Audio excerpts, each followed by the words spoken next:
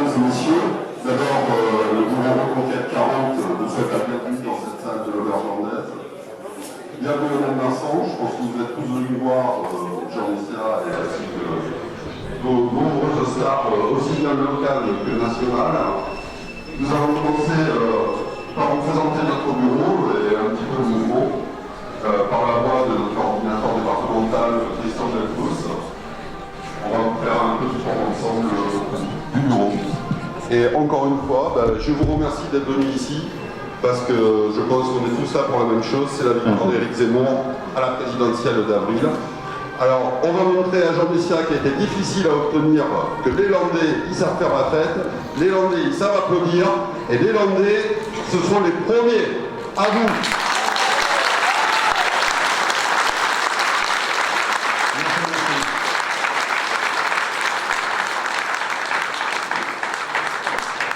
Bonsoir à tous, donc je ne me présente plus puisque Frédéric vient de le faire. Merci à tous d'être venus, d'accueillir ce soir nos invités. Petit trou, excusez-moi, l'émotion. Les Landes ont travaillé énormément depuis 6 mois. On est arrivé à faire en sorte que les Landes peut-être changent un jour de couleur. Ce jour est proche. Dans 3 semaines, Éric Zemmour sera président. 3-4 semaines, Éric Zemmour sera président. Les législatives, il restera après à travailler et à gagner. Nous avons besoin de tous, de vous, de continuer à coller, tracter, faire voir que Éric Zemmour, c'est celui qui pourra changer la France, retrouver les couleurs qu'on avait autrefois, même si certains disent qu'autrefois, il ne faut pas le penser, il faut regarder devant. Mais pour regarder devant, il faut déjà savoir que derrière existe et se servir de ce qui s'est passé pour pouvoir continuer et avancer. Ce soir, nous allons recevoir donc 4 personnalités. Jean Messia, le plus grand. Je vais passer la parole à Clément Baquet qui est le responsable Gen Z de Nouvelle-Aquitaine, qui vous fera un petit topo sur la génération Z de façon générale de Nouvelle-Aquitaine, qui sera accompagné avec Théo pour présenter un petit peu le mouvement de Gen Z dans les Landes et de façon générale en Nouvelle-Aquitaine. Je vais lui passer la parole et puis après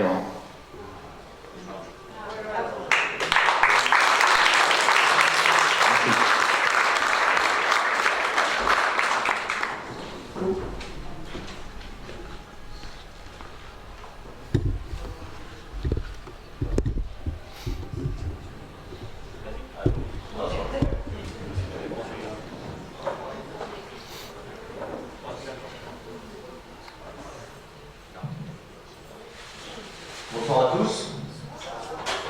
Déjà, merci de me recevoir ici dans les Landes. Je tiens à vous remercier une deuxième fois d'être venus si nombreux, car je crois que l'engagement et l'intérêt politique n'ont jamais autant été remis en cause qu'aujourd'hui. J'aimerais vous parler ce soir de mon ami Augustin, qui est aussi le responsable de la Gironde pour Génération Z, et qui, en moins d'une seule semaine, s'est fait agresser à 2 reprises par les milices antifascistes. Alors, à 2 reprises, aux urgences et au commissariat, le constat est le suivant. Augustin est blessé, traumatisé par la situation, mais surtout garanti que rien ne sera fait contre ses agresseurs.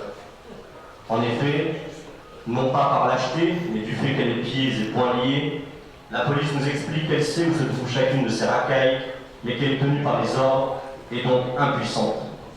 Les policiers savent ce que nous vivons, ils nous soutiennent et nous encouragent à ne rien lâcher, mais ils sont désarmés et nous en payons le prix fort. Nous vivons avec cette épée de Damoclès qui nous menace à chaque coin de rue, car nous portons le seul véritable message de rupture avec le système établi. Nos ennemis font preuve de violence. Ils se sentent menacés car les Français se réveillent, la jeunesse se réveille. Cette jeunesse pleine d'ardeur, qui vivait jusqu'alors dans la terreur, mais qui aujourd'hui résistent pour ne plus avoir peur. Nous sommes près de 800 jeunes engagés en Nouvelle-Aquitaine et actifs dans chaque département. Tous ne comptent plus leurs heures sur le terrain car ils sont passionnés par cette campagne, car c'est leur avenir qui est en jeu, c'est notre avenir qui est en jeu, celui de la France, notre pays natal que nous refusons de sacrifier. Nous sommes cette génération née dans le déclin et pourtant si nostalgique d'une gloire et d'une prospérité que nous n'avons pas vécue. Nous avons conscience d'être les héritiers d'une histoire que nous devons transmettre plus tard à nos enfants. Nous avons conscience de ce lait chrétien qui nous transcende et que nous voulons défendre. Enfin, nous avons conscience que notre pays est aujourd'hui menacé, qu'il est assiégé de toutes parts et que, comme le dit notre candidat, il n'est plus temps de réformer la France, mais de la sauver. Beaucoup d'entre nous ne croyaient pas ou ne croyaient plus en la politique qui n'était devenue depuis ces dernières années qu'un groupe à trahison et à compromission. Mais la candidature d'Éric Zemmour a changé la donne, car en franchissant le Rubicon, il a donné aux Français l'espoir d'une sincérité retrouvée. Il est l'homme qui ose braver le politiquement correct, qui croit que la France a un destin et qui nous redonne cette fierté d'être français. Alors, je vous le dis, continuez à vous battre, n'écoutez pas les moralisateurs qui vous insultent et les prétendus spécialistes qui vous expliquent à longueur de journée que cette élection est déjà pliée. Rien n'est déterminé si nous continuons de toutes nos forces à nous battre pour notre liberté, pour notre identité et pour qu'enfin la France reste la France. Je vous remercie.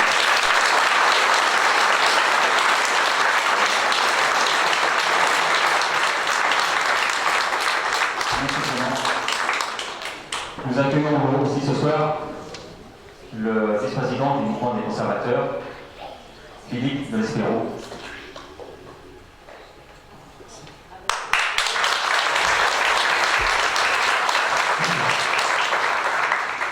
J'ai un reproche à faire, tu es obligé de dire que j'étais l'anglais quand même, vu que je suis bien en voisin. Voilà, il faut savoir que c'est un mouvement national, un mouvement conservateur, et qui a donc une présidente, qui se trouve être ancien élu local des Yvelines, et donc premier vice-président a la chance d'être landais depuis de très nombreuses années, puisque j'y vis, avec ma famille, et qui s'y trouve même le siège social de mon entreprise, car j'ai osé créer une entreprise, et j'ai osé m'installer en Chalosse, chez nous. Alors, et comme je suis un vrai landais, j'ai du mal à parler avec un truc dans la main, j'ai besoin de mes deux mains pour parler. Est-ce que vous m'entendez si je parle comme ça? Oui. Je vais essayer de tenir 3 minutes sur ce ton-là, comme ça on est sûr que l'orateur n'est pas trop long. Quand on lui donne pas de micro, c'est un truc que je vous donne d'ailleurs devant. Je voudrais vous dire deux choses. La première, en dehors du fait de ma fierté de m'adresser à vous et de l'honneur que je ressens, c'est la troisième fois d'ailleurs, je reconnais certains visages amis que j'ai pu croiser à Dax ou sur la Dour. On a commencé à bien quadriller le département. Je vais vous dire deux mots. Deux mots à propos de la campagne d'Éric Zemmour et des conservateurs. Le premier mot, c'est qu'Éric Zemmour est en train de réussir quelque chose que beaucoup attendent depuis très longtemps, qu'on appelle l'union des droites. Pour qu'il y ait l'union des droites, il faut qu'il y ait des droites, précisément. Et ces droites-là, leur force aujourd'hui, c'est pas tellement parce qu'elles sont derrière Éric Zemmour, parce que les partis politiques nous ont habitués depuis très longtemps à nous dire « alignez-vous devant le chef de file, taisez-vous et on va gagner ». Et qu'est-ce que ça donne? Ça donne que progressivement, on se sent otage d'une personne qui, bien souvent, les élections nous l'ont montré, nous font des tas de promesses quand c'est la campagne. Madame Pécresse, à cet égard, est le plus grand vendeur de promesses qu'on peut trouver ces derniers temps. Elle nous promet de faire, naturellement, ce qu'elle n'a jamais fait, ni elle ni ses amis, quand ils étaient au pouvoir. Je cite Madame Pécresse, mais nous pourrions citer bien des candidats. Éric Zemmour, sa force, ce sont ses convictions. C'est parce qu'il a des convictions fortes et claires que nous pouvons nous réunir tous, quelles que soient nos origines. Nous, les conservateurs, nous étions un mouvement associé au mouvement LR. Nous avons les premiers, le 4 décembre, vous vous rappelez bien sûr le 5 décembre, Villepinte, le 4 décembre, le soir d'ailleurs du congrès LR, nous avons eu le plaisir d'annoncer que nous les quittions sans retour pour rejoindre et soutenir la candidature d'Éric Zemmour. Et donc c'est ce mouvement politique avec 10 000 adhérents et sympathisants qui d'un seul bloc a décidé de rejoindre la campagne d'Éric Zemmour. Qui sommes-nous? En deux mots, ceux qui m'ont déjà entendu, je m'en excuse, mais moi je suis sûr qu'ils auront retenu. Qu'est-ce que c'est que les conservateurs? C'est pas un truc de ringard. D'ailleurs, au fond, ça n'existait pas il y a encore 3 ans. Il n'y a jamais eu de parti conservateur en France. Et au même, je dirais que c'est un parti de gens qui en ont, de l'audace bien sûr, parce qu'il fallait oser se faire appeler conservateur dans un pays dont les élites vénèrent toute la journée ce qu'ils osent appeler progrès, qui n'est pas ce qui est mieux pour nous, qui est juste être en marche. Et de ce point de vue-là, ils sont tous pareils.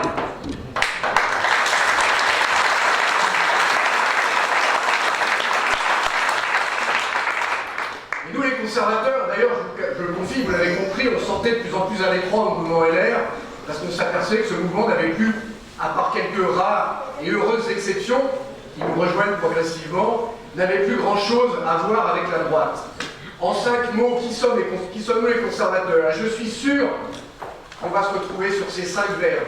Le premier, les conservateurs en politique, c'est ceux qui savent recevoir, qui savent qu'on ne se crée pas tous les jours, qu'on reçoit la France, qu'on reçoit une civilisation qu'on aime, qui n'a pas été inventée avant-hier, ni même il y a 100 ans, mais qui est au moins millénaire.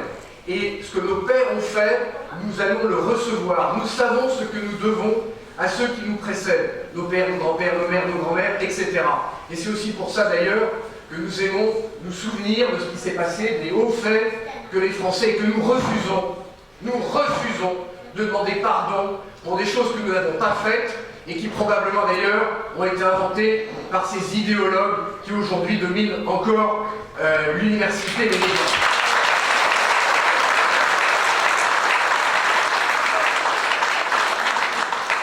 Non, les conservateurs reçoivent et refusent de s'excuser.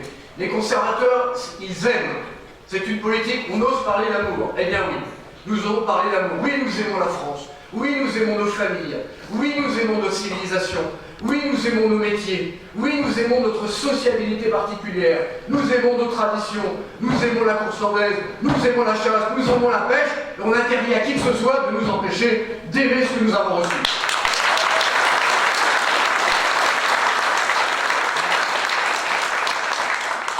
Mais aussi les conservateurs savent qu'il est beaucoup plus facile de détruire que de construire. Et nous le savons ici, parce que nous sommes des gens sérieux, nous sommes des gens qui travaillons, nous sommes des hommes et des femmes qui voient l'avenir. Et nous savons qu'il faut savoir protéger ce que nous aimons et que nous avons reçu.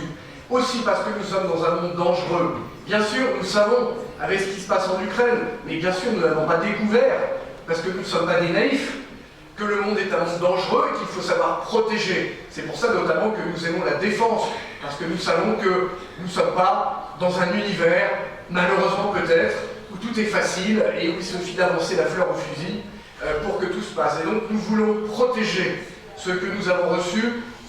Pourquoi? Parce que ce que nous avons reçu, que nous aimons et que nous protégeons, nous sommes tournés vers l'avenir, les conservateurs. Et oui, j'ose le dire, même si ça vous paraît bizarre. Pourquoi? Parce que nous voulons améliorer ce que nous avons reçu, 4e verbe. Et pourquoi est-ce qu'on veut l'améliorer?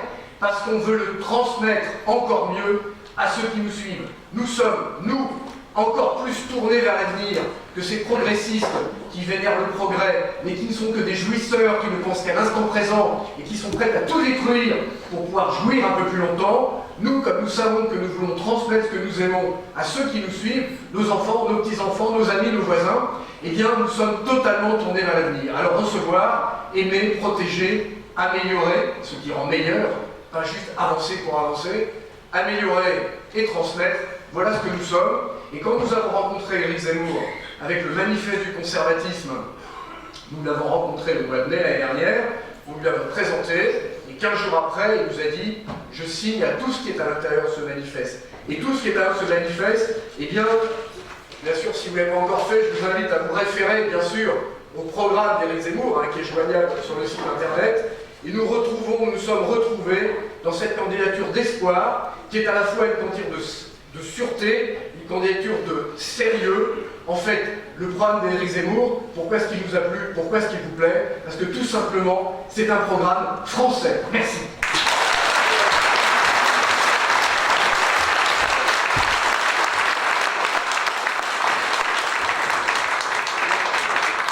Merci. Nous allons accueillir maintenant Sébastien Pilard, ex-LR et porte-parole d'Éric Zemmour.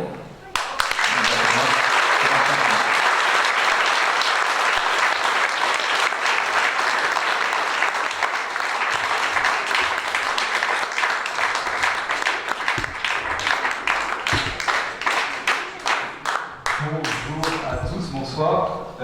Ravi d'être avec vous. Ravi d'avoir fait cette grande transhumance. J'étais à Paris, moi je suis breton et nantais, mais on était à Paris tout à l'heure, et c'est vrai que un peu loin, mais très content d'être parmi vous dans le sud-ouest, à Mont-de-Marsan. Philippe m'en avait parlé, terre de ces terre complètement racinée pour lui, et on est vraiment très heureux avec Jean d'avoir fait ce déplacement et d'être parmi vous. Donc merci à tous d'être présents ce soir. Je suis absolument ébloui par cette mobilisation. On fait à peu près 3-4 meetings, réunions publiques par semaine depuis maintenant presque un mois, et partout, dans toutes les villes de France, il y a des réunions, et partout il y a une très belle mobilisation. Donc grâce à vous, je pense que ce qui est en train de se passer en France est absolument complètement inédit, et grâce à vous, Éric Zemmour sera au second tour et deviendra le futur président de la République.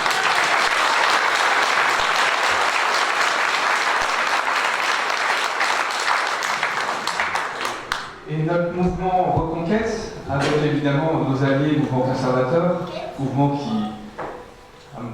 que j'ai évidemment dans le cœur, et contribué aussi à faire émerger en tout cas, et je suis très heureux d'avoir cette suite qui est reprise par Laurence Trochu et par Philippe pour développer ce mouvement sur le plan national. Donc merci à eux en tout cas d'avoir rejoint Éric Zemmour.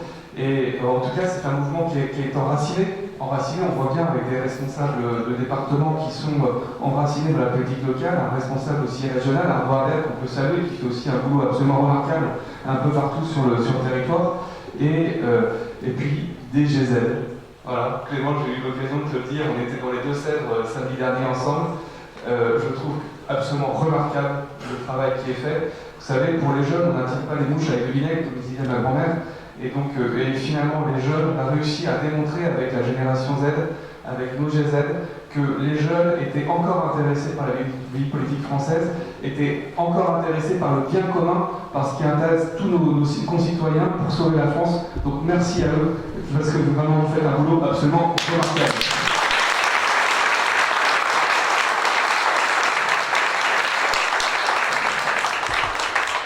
Et je voulais aussi remercier, Clément, tu l'as dit dans notre intervention, notre engagement chez Reconquête auprès d'Éric Zemmour, je dirais, peut parfois nous apporter quelques péripéties en termes de sécurité. Je voulais remercier toutes les personnes qui assurent notre sécurité lorsqu'on se déplace.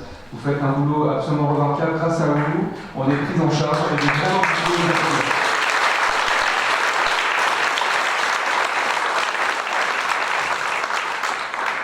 Philippe, tu m'en as parlé tout à l'heure. Je vais faire assez court parce qu'il y a Jean qui est en train de piétiner, faire les 100 pas dans sa salle, qui m'a dit surtout tu fais court parce que après j'aimerais pouvoir parler. Donc c'est le droit d'aînesse. Voilà. D'ailleurs, un des premiers miracles finalement de cette campagne présidentielle avec Éric Zemmour, c'est d'avoir Jean Messia, ancien RN, et moi-même, ancien LR, qui était au bureau politique des Républicains, ancien conseiller vice-président de la région des Pays de la Loire, ensemble dans une réunion publique. Et donc, franchement, ça c'est vraiment formidable. Et évidemment, Jean Messia, qui a été un rallye de la première heure, avec Laurence Trochu, qui est présidente du mouvement conservateur, mais aussi Philippe de Villiers, Guillaume Pelletier, ancien numéro 2 des Républicains, Stéphane Ravier, Gilbert Collin, je me suis lancé dans le ministre, je l'ai oublié. Et évidemment, Mario Maréchal, qui avait toute sa place, et vous pouvez l'applaudir parce que c'est...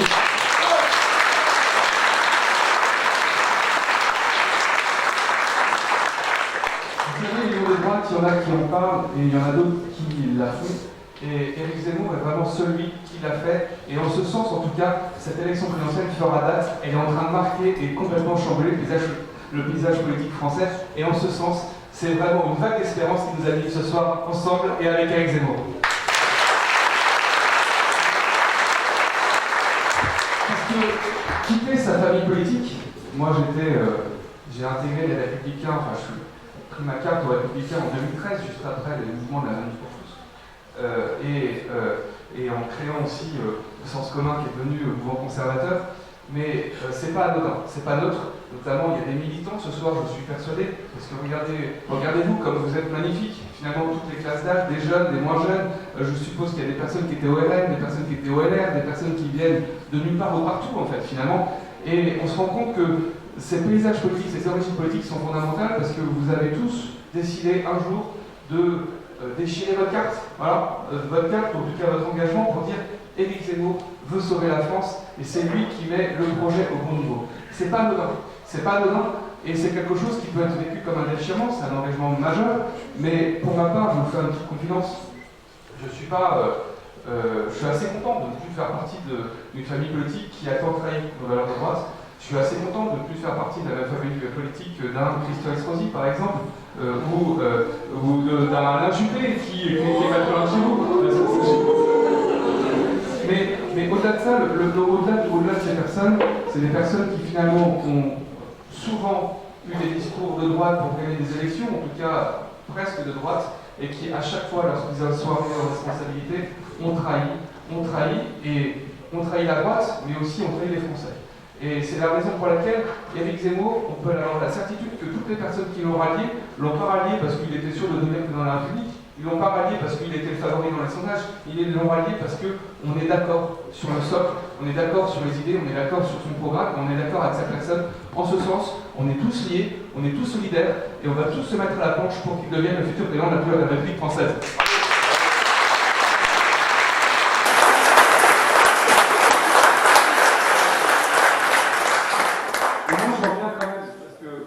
Les gens qui ont érigé un cordon sanitaire, refusent cette union des droites, portent une lourde responsabilité. Responsabilité électorale et une responsabilité finalement dans le paysage politique français. Regardez à Marseille par exemple, les Républicains qui ont refusé de saisir la main de Stéphane Ravier pour pouvoir empêcher que la ville bascule dans les mains de l'extrême gauche. C'est très lourd. Deuxième ville de France. Et aussi à Bordeaux. Qu'est-ce qui serait passé potentiellement si à Bordeaux, les Républicains avaient osé s'associer avec d'autres mouvements, notamment le Rassemblement National, pour pouvoir faire front commun contre, cet ayatollah vert extrême gauche qui aujourd'hui gouverne Bordeaux, qui est un joyau des villes de France. Et donc, en ce sens, franchement, ça peut paraître anodin, ça peut paraître de la tombouille électorale, mais ça a un vrai impact sur la vie de nos concitoyens, ça a un vrai impact sur la vie des Français, et Éric Zemmour changera tout ça.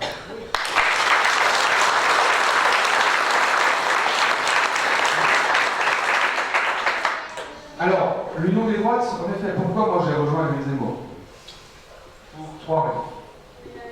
La première, c'est évidemment, lorsque je compare Éric Zemmour, d'ailleurs Éric Zemmour le dit lui-même, il a fait des très bons constats, il a dégagé des pistes pour sauver la France, mais personne dans la vie politique française n'a voulu prendre le drapeau, donc il a porté lui-même. Et nous, on l'a bien vu au sein des Républicains. On avait le choix entre Valérie Pécresse d'un côté ou Marine Le Pen de l'autre. Évidemment, ça ne fait pas vraiment. Pourquoi? Parce que Valérie Pécresse, c'est le clone d'Emmanuel Macron. D'ailleurs, on l'a bien vu la semaine dernière, lorsque Emmanuel Macron a sorti son programme, il y a eu 2 raisons. La première, c'est Valérie Pécresse a osé hurler parce que Macron lui avait piqué son programme, ce qui laisse entendre quand même qu'elle avait un programme de Macron, c'est quand même un aveu d'impuissance, de faiblesse qui est quand même assez magistral, et Macron lui a proposé de rentrer dans son gouvernement. Elle a réagi en mode je ne prendrai jamais Emmanuel Macron dans son gouvernement, mais vous allez remarquer quand même, je l'ai fait noter à certains journalistes, qu'elle n'a jamais dit non de pouvoir rentrer potentiellement dans le gouvernement d'Emmanuel Macron. Donc ces deux-là sont faits pour s'entendre. Ces deux-là sont complètement compatibles. Et moi, je ne suis pas Macron compatible. Je ne suis pas compatible avec les propositions d'Emmanuel Macron. En ce sens, Valérie Pécresse n'est pas une option. Et le seul candidat de la droite, c'est Éric Zemmour.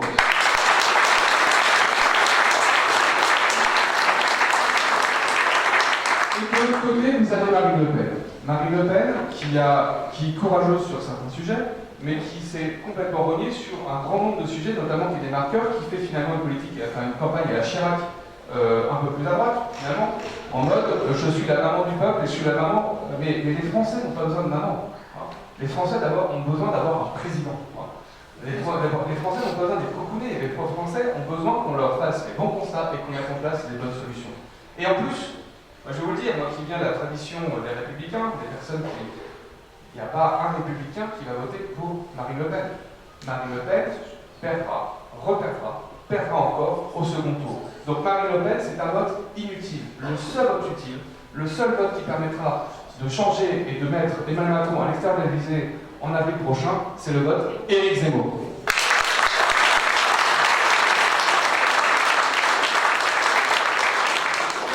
Et ensuite, j'ai rejoint aussi Éric Zemmour pour une autre raison dont on parle plus rarement, c'est pour l'homme. J'ai la chance, avec Jean, de pouvoir retrouver Éric Zemmour régulièrement, toute les semaines, 2-3 jours par semaine pour travailler ensemble. Éric Zemmour est quelqu'un qui écoute. Éric Zemmour est quelqu'un de très bienveillant. Éric Zemmour a une épaisseur politique, historique, intellectuelle, philosophique absolument hors norme. Et pour autant, il est capable d'écouter ses remarques, il est capable de repositionner en tout cas des prises de position en prenant en compte les remarques qui sont autour de la table et sur lesquelles, vis-à-vis des personnes avec lesquelles il s'appuie. Et je pense que c'est une vraie qualité d'homme d'État. Éric Zemmour est un homme d'État. Éric Zemmour, on a besoin d'avoir un homme d'État qui est comme Éric Zemmour, dans l'humilité, dans la bienveillance, dans l'écoute. En ce sens, Éric Zemmour doit devenir le futur président de la République française. C'est fondamental. C'est la qui va sauver la France.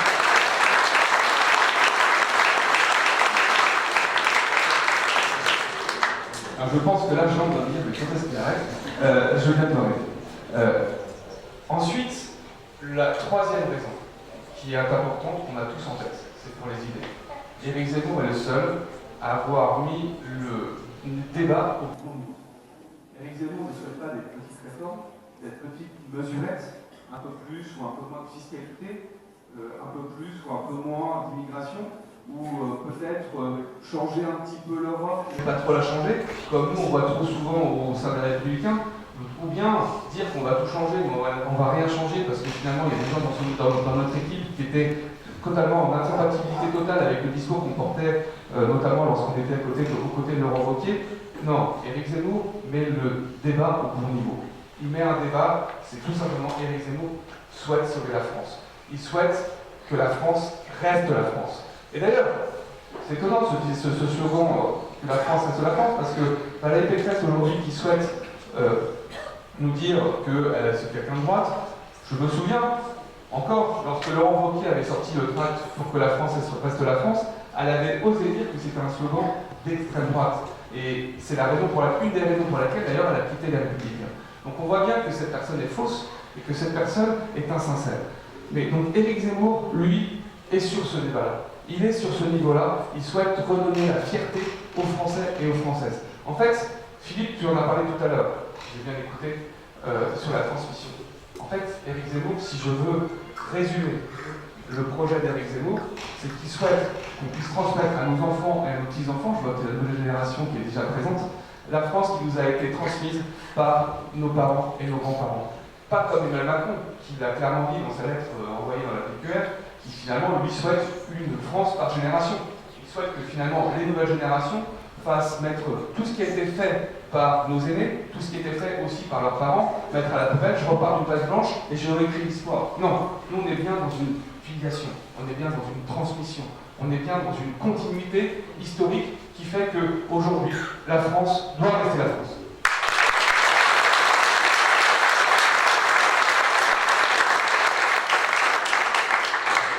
Cette France, finalement, de reconquête, j'ai cru entendre que Philippe, tu en avais parlé dans les écoles, ou que nos enfants arrêtent d'être agressés par les lobbies LGBT, les lobbies racialistes ou racistes, parce que nos enfants veulent tout simplement s'instruire, tout simplement faire des mathématiques, de la littérature, du français, de l'histoire-géographie, mais en aucun cas souhaitent être complètement pollués par ces lobbies LGBT ou SOS racistes. Aussi, que la France reste la France, pour mettre fin à l'immigration, mais pas un petit peu, totalement. Renvoyer tous ceux qui n'ont rien à faire chez nous, tous ceux qui n'aiment pas la France, qui repartent, et qu'on accueille en effet tous ceux qui souhaitent réellement s'assimiler dans notre pays. Voilà. Et c'est ça tout simplement, c'est que de permettre à ces gens qui souhaitent s'assimiler dans notre pays, qu'on les assimile, qu'on leur transmette toutes les valeurs, notre langue, notre culture, nos traditions. On est dans une table de tradition, d'ailleurs c'est étonnant parce qu'il y a des journalistes tout à l'heure qui posaient la question, mais qu'est-ce que vous venez faire dans les langues? Langue socialiste, où on n'a pas de problème d'immigration, où c'est une ville de tradition, les courses landaises, où tout va bien, tout sort de vivre. je lui dis, bah, vous savez, vous êtes tombé sur un mauvais client parce que moi je suis nantais breton. Donc finalement, je ne dis pas que c'est des territoires qui sont identiques, mais c'est des territoires aussi qui peuvent se ressembler. Vers de l'Ouest, finalement une certaine histoire de vivre. Et je dis, bah, vous voyez, il y a 15 ans, à Nantes et à Rennes, on ne parlait pas d'immigration, on ne parlait pas d'insécurité, on parlait de rien de tout ça. Et 15 ans après, moi, mes enfants, à Nantes, ne peuvent plus aller boire un verre tranquillement le vendredi soir et le samedi soir, sans prendre un risque, en tout cas, et en tout cas, moi, je leur autorise pas parce qu'ils sont encore un peu jeunes. Donc, je suis peut-être un peu écart, mais tout ça pour dire que ces problèmes d'insécurité, ces problèmes d'immigration, ils nous rattrapent partout sur notre territoire. Et on parle de tradition. Tradition régionale, tradition locale, tradition de chasse, on en a parlé tout à l'heure, de pêche, de course anglaise. Mais c'est des ces traditions, justement, pour pouvoir transmettre, qu'on parlait de transmission. Les traditions, ça se transmet. Ça se transmet de père en fils, de mère en fille. Et ça, c'est quelque chose, et pour pouvoir transmettre des traditions, encore faut-il que la France reste la France, dans une terme de tradition, et qu'on puisse en tout cas respecter nos traditions locales, mais dans une perspective d'être avant tout français. Et donc, évidemment, Éric Zemmour a toute sa place dans les Landes. Évidemment, Éric Zemmour a toute sa place dans l'Ouest.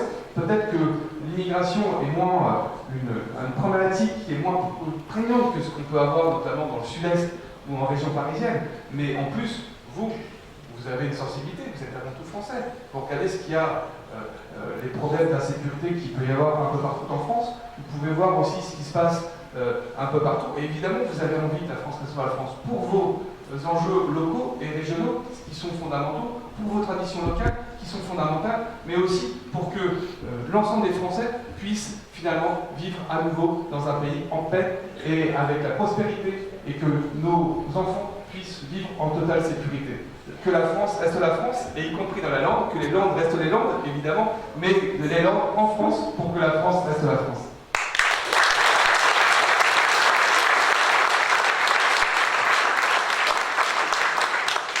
Alors, je ne vais pas vous faire tout le programme d'Éric Zemmour parce que ça pourrait passer toute la soirée, mais on parlait aussi de la ruralité. Voilà. Et alors, je pense que Jean parlera des autres sujets, en tout cas, j'envoie un message par micro interposé. C'est toujours le problème quand on passe après en deuxième, parce qu'on est obligé de traiter des sujets que l'autre n'a pas traité, et souvent, parfois, ça se réduit. Mais sur la ruralité aussi, évidemment, Éric Zemmour est tout identifié sur son pilier, pour que la France reste la France, pour sauver la France, notamment de l'immigration et de la sécurité. C'est quelque chose qui est fondamental, et nous, notre main ne va pas trembler. Mais sur la ruralité, quel candidat a mis la ruralité au cœur de son projet? Éric Zemmour. C'est le seul à en avoir parlé. La ruralité, pour dire que, évidemment, aujourd'hui, ce qui a complètement tout absorbé dans les politiques publiques, c'est les métropoles, c'est le tout métropole, c'est les grandes villes, et qu'aujourd'hui, on est en train de, finalement, transformer la France en une ribambelle de métropoles, en oubliant complètement la France périphérique et aussi la ruralité. Éric Zemmour en a parfaitement conscience. Pourquoi il en a parfaitement conscience? Évidemment parce que la ruralité est fondamentale. Mais parce que tout simplement, c'est que la France sans la ruralité, la France sans ses clochers, la France sans ses agriculteurs, la France sans ses campagnes, ne serait plus la France. Évidemment en termes de paysage, en termes de comportement économique, en termes de sociologie, mais parce que les personnes qui vivent dans la ruralité sont fondamentalement enracinées. Voilà. Enracinées dans un territoire, enracinées dans une vie, et veulent transmettre, veulent que leurs enfants puissent finalement vivre dans le même écosystème que le leur, dans une perspective de transmission. C'est la raison pour laquelle Éric Zemmour a proposé par exemple une bourse pour les enfants, 10 000 € pour les personnes qui vivent dans la ruralité depuis plus de 2 ans et qui vivraient encore sur les 3 prochaines années après la naissance de l'enfant. C'est fondamental, il le fait évidemment pour accompagner les familles qui souhaitent vivre dans la ruralité, mais aussi tout simplement pour redynamiser la ruralité. Parce que moi j'ai vu trop de conseillers régionaux, conseils départementaux faire des chèques pour qu'une école soit maintenue en place, qu'un boucher soit, puisse encore avoir une activité suffisante pour maintenir son activité, qu'un boulanger.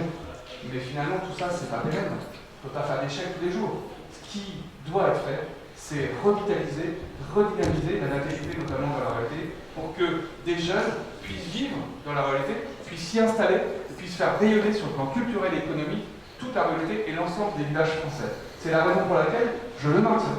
Éric Zemmour eh bien, sera bien le président français de la ruralité et évidemment des Landes.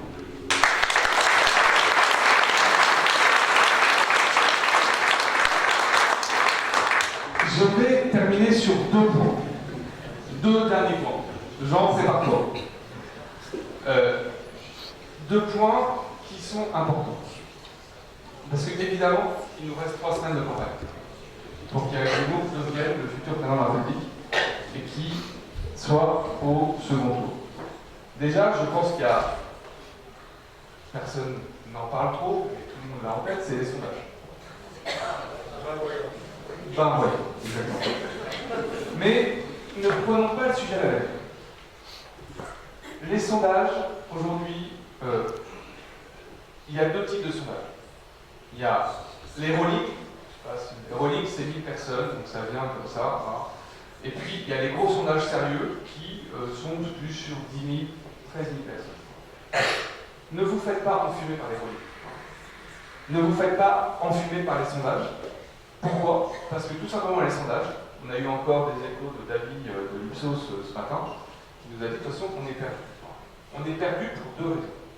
Il y a la première raison, c'est le conflit entre la Russie et l'Ukraine qui a complètement tout changé, qui a complètement changé les boussoles sondatières. Et donc finalement les gens ne savent plus très bien, ils étaient dans l'élection au mois de mars, là ils le sont pas, enfin au mois de février, ils ne le sont plus du tout, et en fait finalement, voilà, aucune fiabilité sur les sondages, et en plus, on sait très bien qu'on ne sait pas qui va les voter.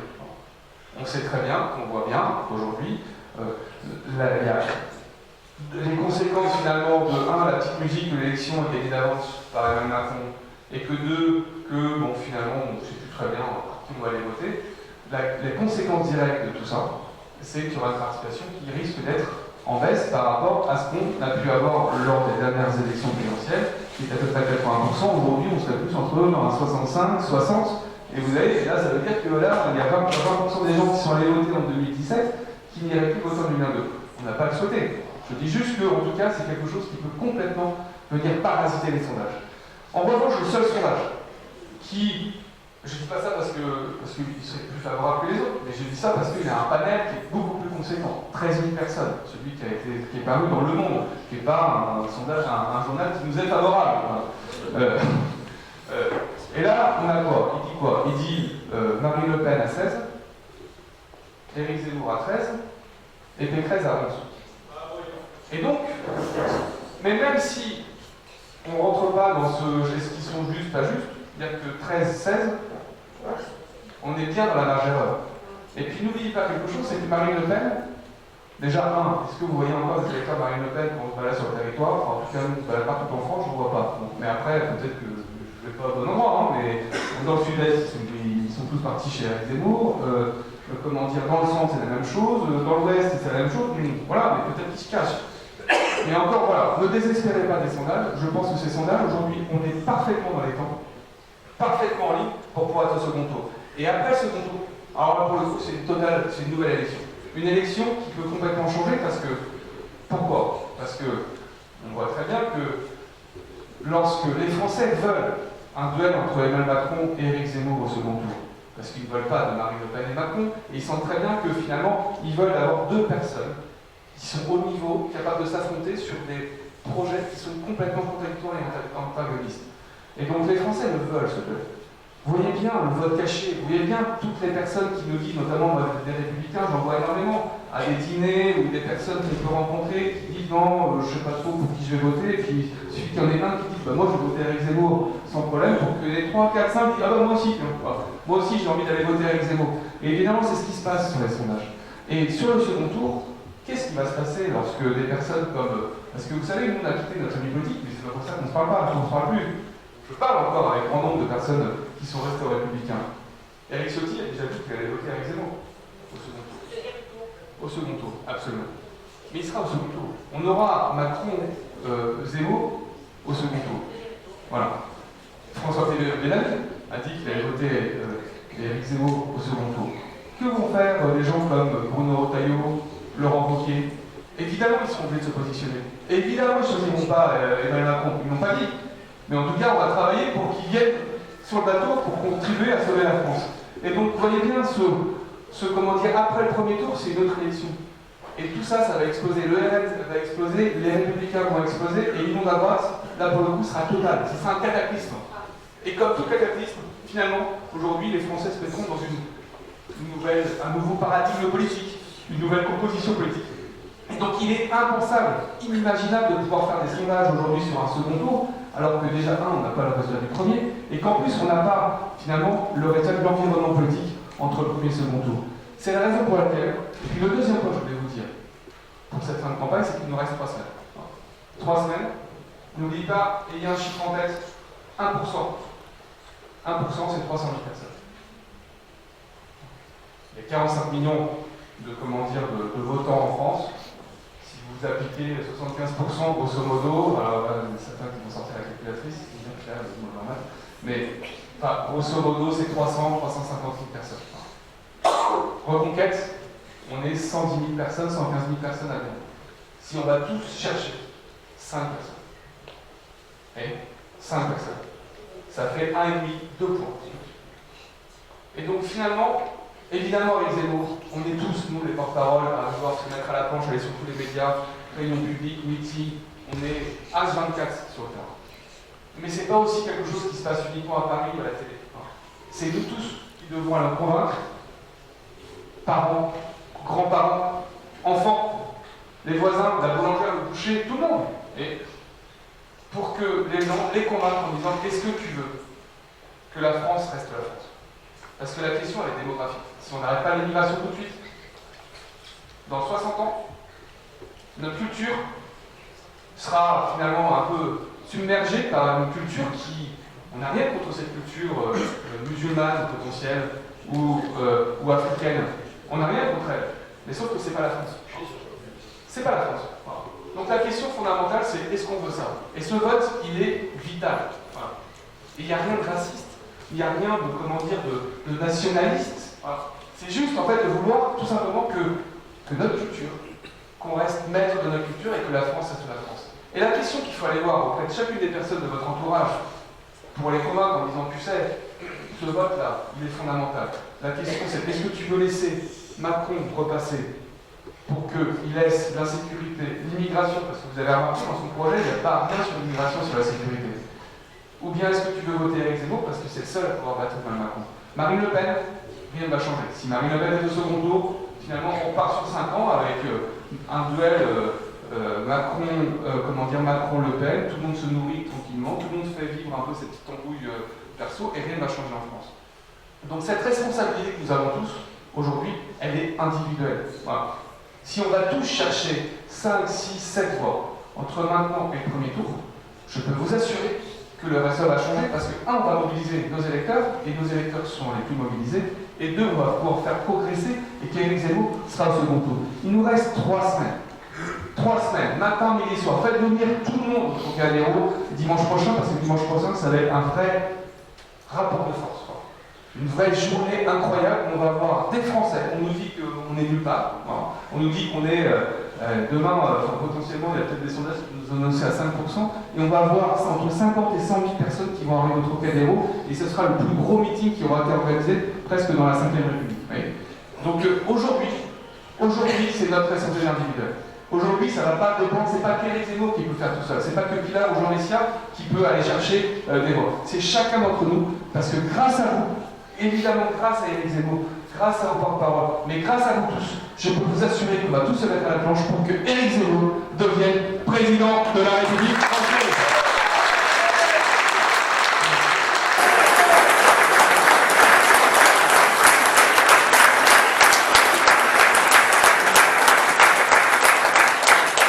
Merci Sébastien. Nous allons maintenant accueillir celui que vous attendez tous. On va mettre un petit peu de musique pour...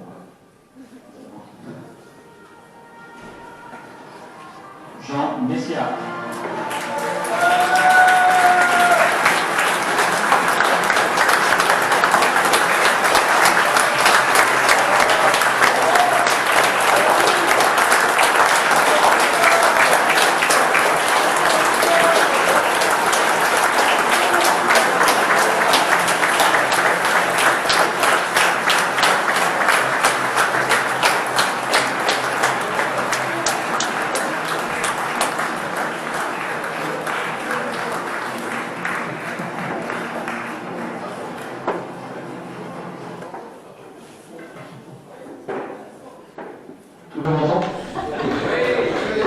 Merci beaucoup pour votre accueil.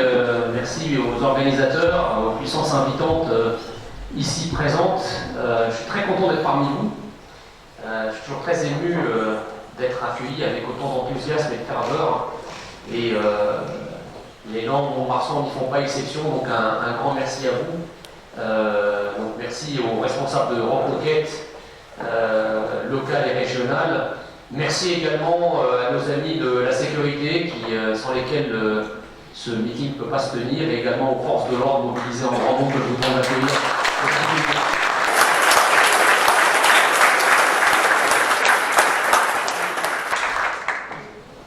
Alors, il paraît qu'on est à 9%.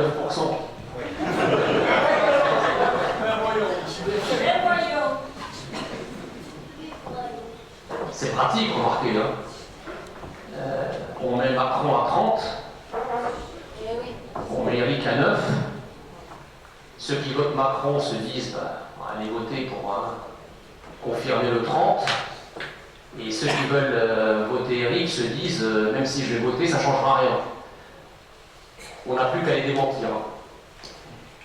Parce que, évidemment, que le vote n'est pas fait, que ces sondages, quand vous les regardez bien, alors on n'est pas à 9%, on est à 9% dans un seul sondage, mais on est à bien plus dans d'autres, et que les sondages sont faits sur 1000 personnes, qu'on a toujours des marges d'erreur entre 2 et 4%, et comme tout ce petit monde est dans un mouchoir de poche, il est impossible en réalité de savoir quelle sera la configuration du deuxième tour. Mais ce que je peux vous dire, c'est que pour parcourir un peu la France, au cas dans ces 4 coins, et aller à la rencontre quand même de milliers et de milliers de personnes, je peux vous dire qu'il y a 2 décalages.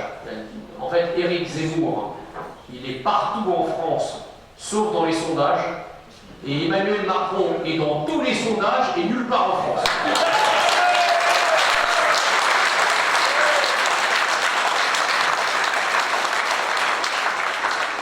Il ne faut jamais oublier que c'est le peuple français qui vote. Ce n'est pas les sondages qui décident qui sera président de la République.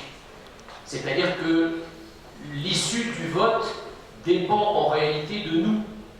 Elle ne dépend pas des sondages, elle ne dépend pas des médias, elle ne dépend pas des hommes politiques. Ils veulent nous décourager, ils veulent nous désespérer, ils veulent nous désarçonner, mais ce qu'ils n'ont pas compris, c'est que nous, rien ne nous arrête.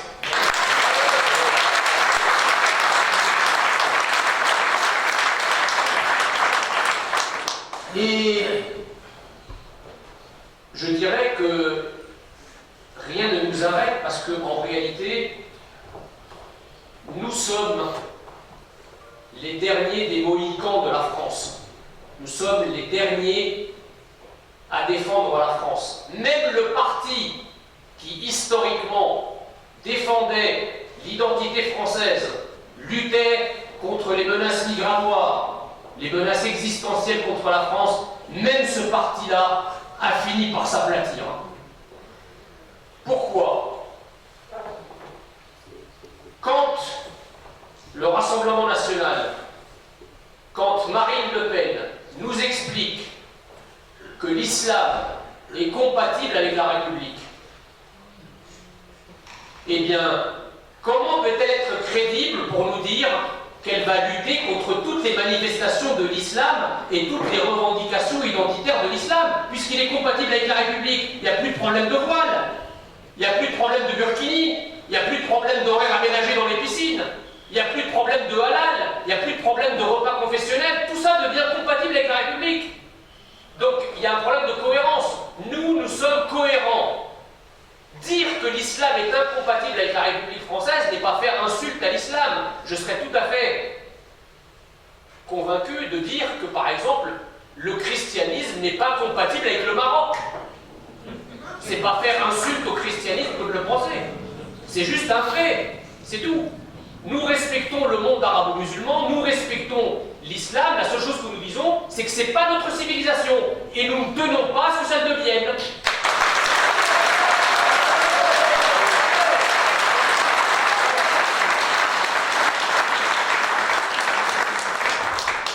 Parce que le problème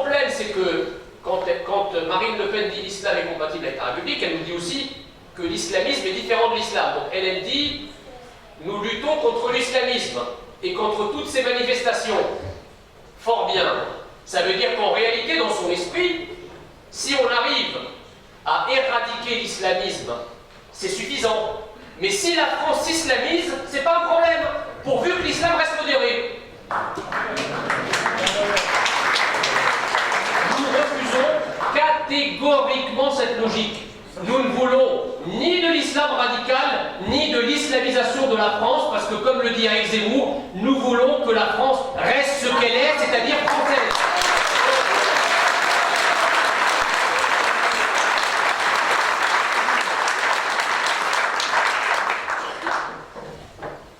Nous demandons simplement ce que tous les pays au monde demandent.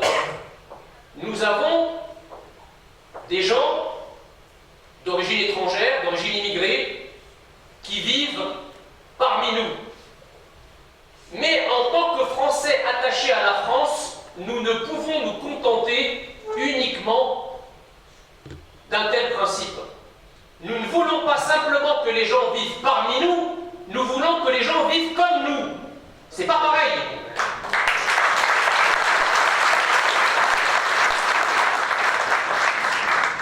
Et vouloir défendre son pays, vouloir défendre son identité, ça n'est ni être xénophobe, ni être intolérant, ni être d'extrême droite, ni être fasciste, c'est juste être normal en fait.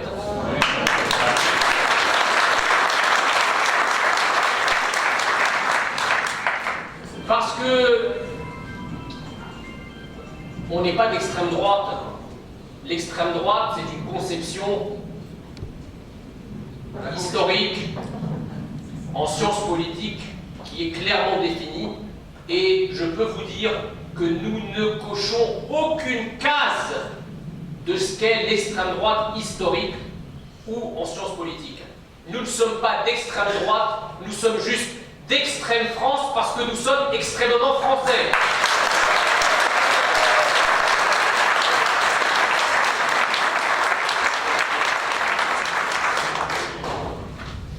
Et nous tenons à le respect.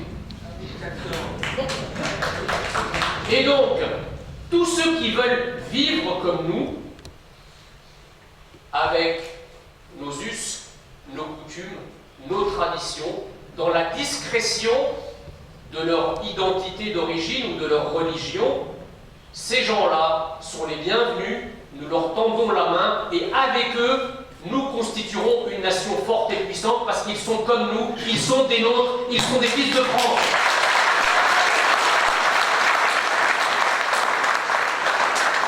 Mais ceux qui prétendent nous imposer ce qu'ils sont, alors nous ne pouvons les accepter. Nous ne forçons personne à vivre comme nous en fait. C'est-à-dire, moi je comprends parfaitement que lorsque vous voulez cultiver une identité, une pratique religieuse qui n'est pas de France, évidemment vous pouvez sentir un certain malaise et un certain inconfort à cela. C'est tout à fait compréhensible. Mais nous ne forçons pas non plus quelqu'un à rester chez nous. En vérité, les frontières sont ouvertes dans les deux sens. Ceux qui ne sont pas contents chez nous et qui se trouvent inconfortables chez nous, ça ne sert à rien de s'acharner à transformer chez nous en chez eux. Le plus simple, c'est qu'ils retournent chez eux.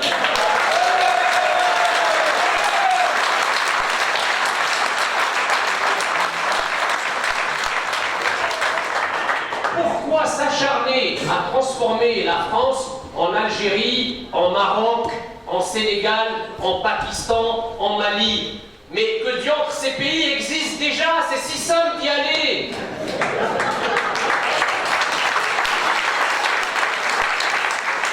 Pourquoi se donner cette ambition démesurée de vouloir changer un pays dans un autre pays qui lui existe déjà? Mais on est chez les fous.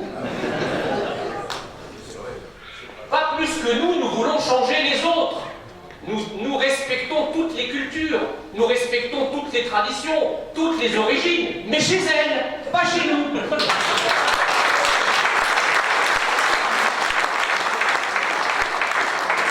Alors c'est très marrant parce que avant de venir ici, vous avez des journalistes qui m'ont posé la question en disant oui, mais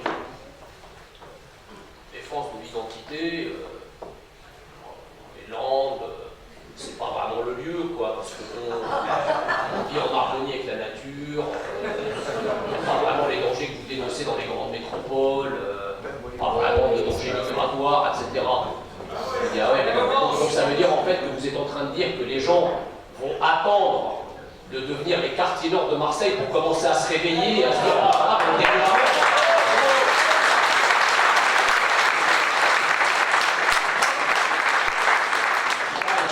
Je sais pas, moi, il y a peut-être chez les Landais peut-être un vote préventif quand même, vous voyez, pour éviter que les grands problèmes qu'on entend sur la scène nationale n'arrivent au cœur de vos villes et de vos villages.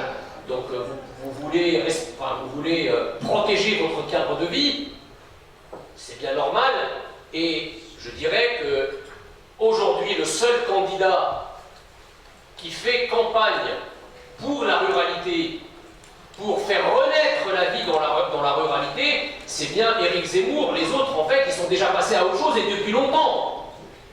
Regardez par exemple le pognon de dingue, comme dirait l'autre, qui a été mis dans la politique de la ville. Qu'est-ce que c'est la politique de la ville? C'est de privilégier les grandes métropoles, de privilégier aussi toutes les vagues d'immigration qui sont arrivées en France, au détriment des Français qui sont là depuis 1000 ans et qui vivent dans la ruralité, eux, et qui ont eu droit à rien.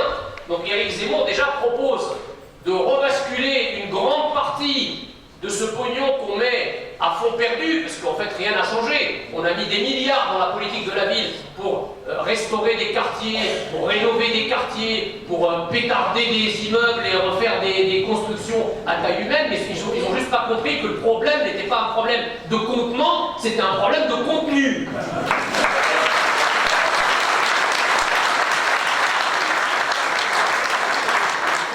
Et donc il est grand temps que cette France dite périphérique, cette France des villes et des villages qui se meurent, qui est rentrée dans un cercle vicieux depuis des années, où moins vous avez de services, moins vous avez d'emplois, moins vous avez d'habitants. Moins vous avez d'habitants, moins vous avez de services publics, de bureaux de poste, de gares, de services de santé, de casernes de gendarmerie, etc. Il est temps d'inverser cette logique mortifère pour notre humanité.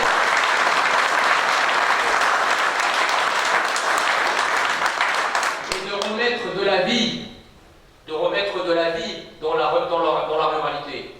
Déjà, Sébastien vous a parlé tout à l'heure de la mesure consistant à donner une prime de 10 000 € par naissance pour les gens qui habitent dans la ruralité depuis au moins 2 ans.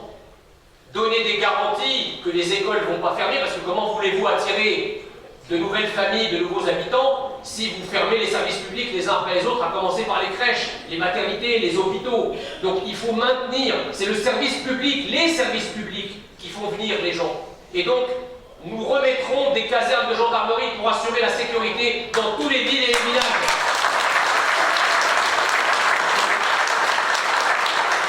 Nous garantirons le maintien des écoles, des crèches, des maternelles pour les familles qui s'installent.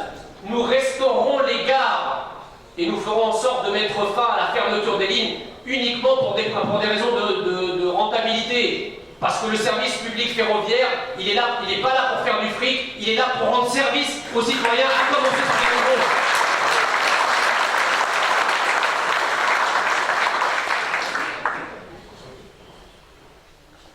La ruralité, chers amis, c'est l'âme de la France. Et j'ai fait plusieurs heures de train pour venir vous voir. Merci. Et évidemment, on ne peut que s'émerveiller lorsque l'on voit ces paysages, ces petits villages, ces petites villes que l'on traverse. J'ai été beaucoup frappé par ces gares désertifiées devant lesquelles les trains passent à toute vitesse, qu'ils ne s'arrêtent jamais. Et je m'imagine qu'il y a plusieurs dizaines d'années, ces gares étaient des lieux de vie où des gens habitaient, où des gens venaient prendre le train pour aller travailler, pour aller voir leur famille, etc. Alors, je sais bien que nous vivons dans une époque où les élites qui nous gouvernent, les dirigeants qui nous gouvernent depuis une cinquantaine d'années, pratiquent, parce qu'on a beaucoup théorisé, mais en fait, il y a un mot qu'il faut retenir, qui résume toute leur politique, c'est l'impossibilisme. Tout est impossible. Et tout est impossible parce qu'ils vous expliquent que rien ne dépend d'eux. Tout est météorologique en fait. C'est la météo. Alors les fermetures d'usines, on n'y peut rien. Ce sont des centres de décision à l'extérieur, c'est le marché mondial. On ne sait pas comment c'est fait. L'immigration, mais l'immigration c'est climatique. C'est des réfugiés climatiques. Rien ne peut arrêter les vagues migratoires. Et tout est comme ça. Et donc la politique, depuis une cinquantaine d'années, c'est juste de la gestion en bout de chaîne de phénomènes qui prétendument les dépassent, ou en tout cas dont ils proclament et déclarent qu'ils n'ont plus aucune prise dessus. Avec Éric Zemmour, ça va changer parce que Éric Zemmour est convaincu du côté prométhéen de la politique. La politique n'est pas faite pour gérer, ça c'est le rôle de l'administration. La politique, elle est faite pour changer le réel.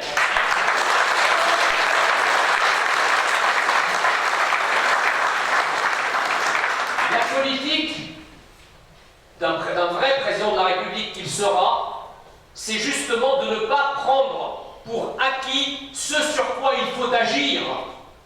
Que ce soit l'immigration, que ce soit la désindustrialisation, que ce soit le chômage, que ce soit le pouvoir d'achat. Nous prétendons que nous avons une politique permettant d'agir sur ce réel et pas simplement nous contenter de laisser faire les choses pour juste amoindrir les effets négatifs à la fin. Parce qu'aujourd'hui, on vous dit, si l'usine ferme, c'est pas très grave, nous allons avoir des mesures d'accompagnement. Mais que diantre, naguère la politique économique empêchait les usines de fermer. Elle était même là pour faire en sorte que des usines ouvrent. Et donc que l'emploi s'accroisse et que le chômage baisse. Elle n'est pas là simplement pour accompagner les gens. Elle est là pour faire en sorte de protéger en amont les gens pour ne pas avoir à les protéger en aval. Et c'est tout le cœur de notre projet. C'est le retour de la politique avec un grand P. Éric Zemmour veut redonner ses lettres de noblesse à la politique pour qu'enfin le politique et la politique soient là non seulement pour se servir, elle soit là plus pour asservir les Français, mais pour servir la France et les Français, ce qu'ils ne font plus.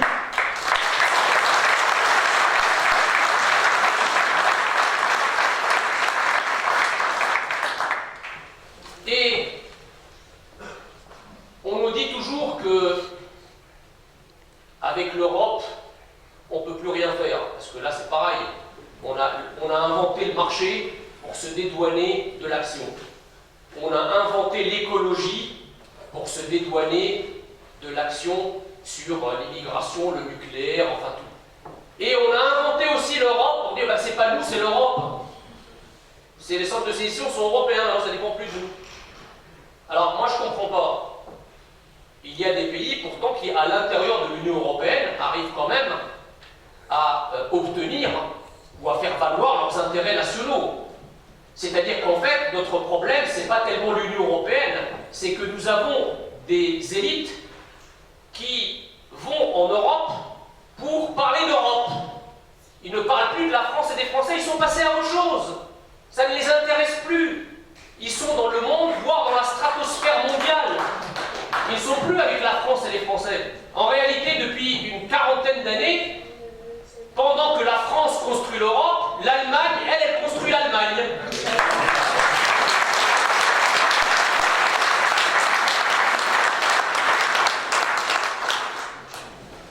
Alors, nous prétendons qu'il faut que la France revienne en Europe, mais une France française. Une France qui est d'abord française avant d'être européenne. Parce que la France, si elle est européenne seulement, eh bien, elle n'est plus française. Et donc si elle n'est plus française, l'Europe n'est plus l'Europe. C'est aussi simple que ça. Il faut applaudir normalement.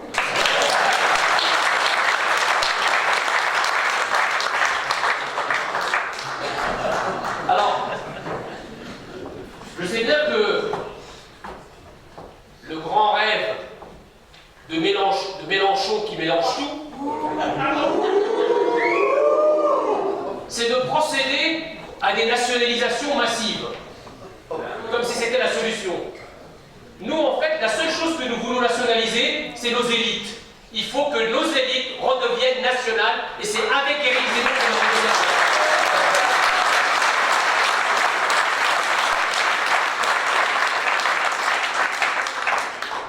On nous bassine aussi avec les valeurs de la République. D'ailleurs, tous ceux qui parlent des valeurs de la République, il n'y en a pas un qui est foutu de vous les définir. Et c'est quoi les valeurs de la République? C'est juste un slogan en fait pour faire peur. Ou pour essayer de vous cornériser ou de vous diaboliser. En fait, les valeurs de la République, ils ne savent pas la définir. Ils ne savent pas la définir, que les définir pourquoi?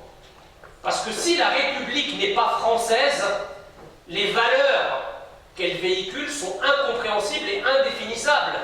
Nous avons les vraies valeurs de la République parce que nous prônons une République française et nous luttons pour que la République ne soit jamais autre chose que française.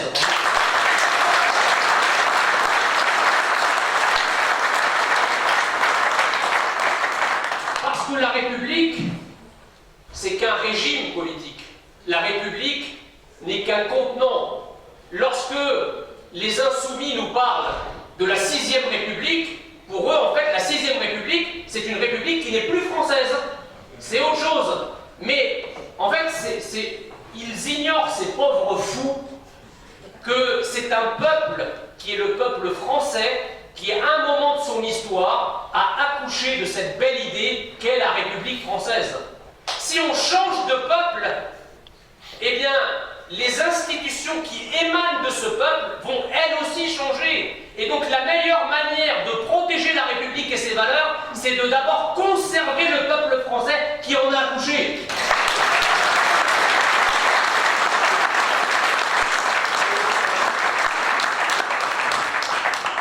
Alors juste une petite touche personnelle, parce que souvent, beaucoup de médias, de journalistes ou de gauchos progressistes me reprochent, puisque ça fait quand même un certain nombre d'années que je suis dans le combat pour la France, dans le combat national, ils me disent, mais vous vous rendez pas compte, monsieur Messia, qu'avec vos origines, si jamais le courant de pensée que vous défendez avec autant d'âpreté arrive au pouvoir, vous serez le premier à être rémigré.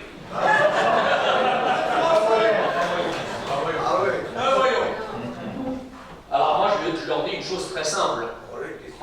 Déjà, comme disait le général de Gaulle, il y a des moments qui dépassent nos pauvres existences. Et je leur dis, écoutez, moi c'est très simple. Si le retour de la France, tel que je l'aime, et tel que je m'y suis assimilé, passe par ma propre émigration, alors que périsse mon propre destin et que vive la France.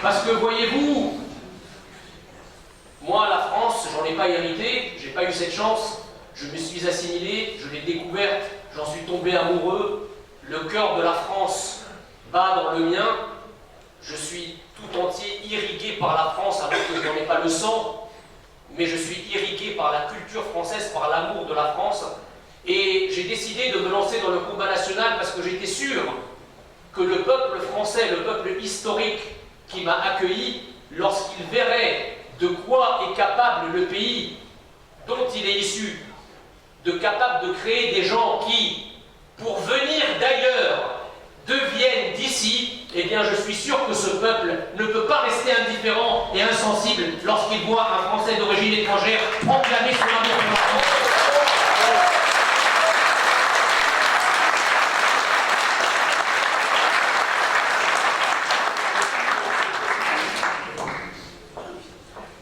Et justement, parce que nous avons l'amour de la France chevillé au cœur, nous sommes en réalité supérieurs à tous nos autres adversaires. Parce que nous parlons de la France comme des amoureux.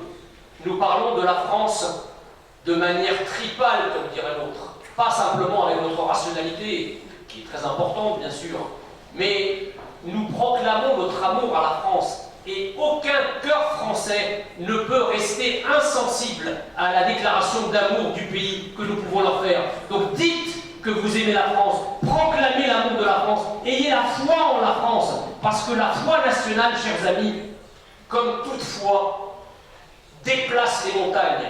La montagne qui est devant nous est imposante, elle est difficile, elle est endurcie par des dizaines d'années de présence, mais notre foi est encore plus forte. Et avec notre foi nationale, nous déplacerons la montagne de ce système antinational inique et nous le jetterons à la mer pour que la France redevienne la France.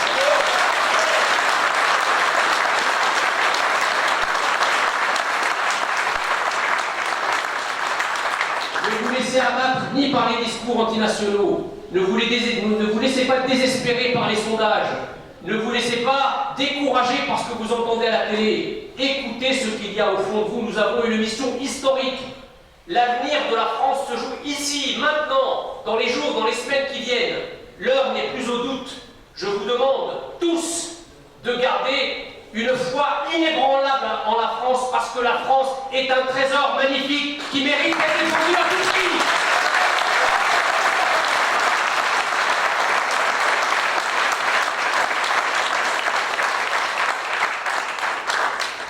Pensez, si vous doutez, quand vous avez une blouse, quand vous êtes angoissé, quand vous êtes découragé, appelez-en à nos ancêtres, eux qui, sous l'inimitié et la mitraille, ont su aller jusqu'au sacrifice suprême pour que nous ayons la chance de vivre dans un pays libre, souverain, une France qui est française. Pensez à eux.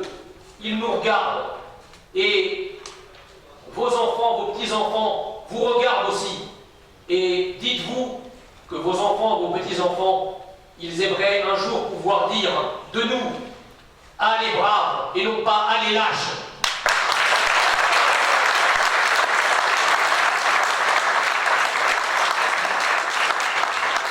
Alors, je veux que vous vous réveilliez, que vous fassiez entendre la voix de la France, que vous embrasiez cette flamme nationale qui brûle en chacun de nous, pour que cette flamme, à l'unisson, devienne un gigantesque brasier qui enflamme la France tout entière et qui fasse porter Éric Zemmour à la présidence de la République.